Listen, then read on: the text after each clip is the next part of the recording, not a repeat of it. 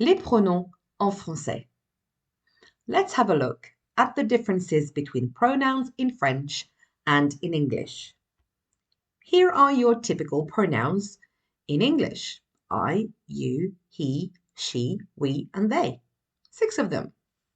Let's have a look at the French. Je or J apostrophe. Tu, il, elle, on, nous, vous, il, elle. Can you see the issue? Let's have a look at them side by side. That's not going to work. That's better. Now you are probably wondering about these. These two, but also those. So let's have a look at them one by one. Let's start with the easy one. I. There are 2 ways of saying I in French. Je or just J apostrophe. Now the first thing to notice here is that there is no automatic capitalization of the J. You don't put a capital letter like you do in English, systematically. You only put a capital letter if the word is at the start of a sentence. Otherwise, the J should be lowercase.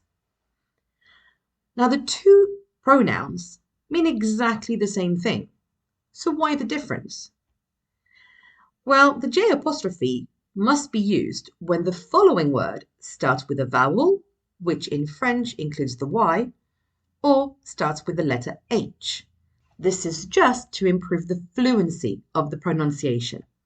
Par exemple, j'habite à Lyon. Oui, j'y vais. Attends, j'appelle Sarah.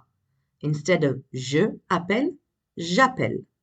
It's just a question of pronunciation. They. Again, 2 ways of saying they. Elle and il.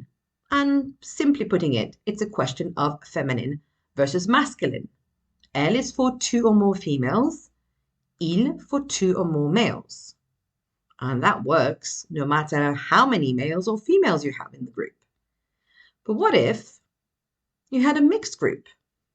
Well, many men, 1 woman, you'll keep il, which is the masculine. What about if you had many women and 1 man?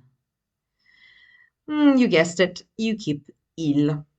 French is not a very feminist language. Here's your summary. Elle, 2 or more females. Il, 2 or more males, or a mixed group. The next one is you. Again, 2 ways. Tu, vous. Tu is when you're talking to just 1 person. And the vous is when you represent more than 1. So you guys or y'all. It would be easy if it stopped here, except it doesn't. You can actually use vous when talking to 1 person as well. But this is to show respect. That is a very important concept to understand in French called le vouvoiement. And this applies to a child talking to an adult who's not their family or close friend, a student talking to a teacher, an adult addressing a stranger. So you go to the boulangerie or you meet somebody in the street for the first time, or it's not somebody you're familiar with, you would use vous. You're showing some form of distance, respect. Or it could be somebody you know, but who is above you in the hierarchy, like talking to your boss or the queen. So the tu is used for 1 person, but it is somebody that you know, family or friend, or a child.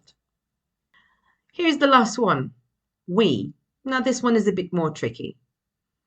You have nous or on. Simply putting it, nous is the proper way of saying we. It is what you should use when you're writing. On is in fact used a lot in France when people speak. It is the spoken way or the more familiar way of saying we. However, it is quite tricky to use in writing because of the agreements. Basically, you conjugate the verb for on the way you conjugate it for he or she, which is a singular conjugation, but the on represents more than one person, so that means that you would have to put plural agreements. Have I lost you yet? My advice, use nous in writing, and then when you get more comfortable with speaking French more fluently, start using on in your spoken French. You thought I was going to stop there? No. There's one more thing. On is actually also used as an impersonal pronoun. That means you would use it when you mean people in general. Par exemple, on n'y voit rien, il y a trop de brouillard. You can't see anything, there's too much fog. In that sentence, the on is not used specifically, it's people in general. And in that case, you must use the on. The nous will not work. Now let's have a look at the summary. And feel free to pause the video and take a screenshot of this. Happy learning!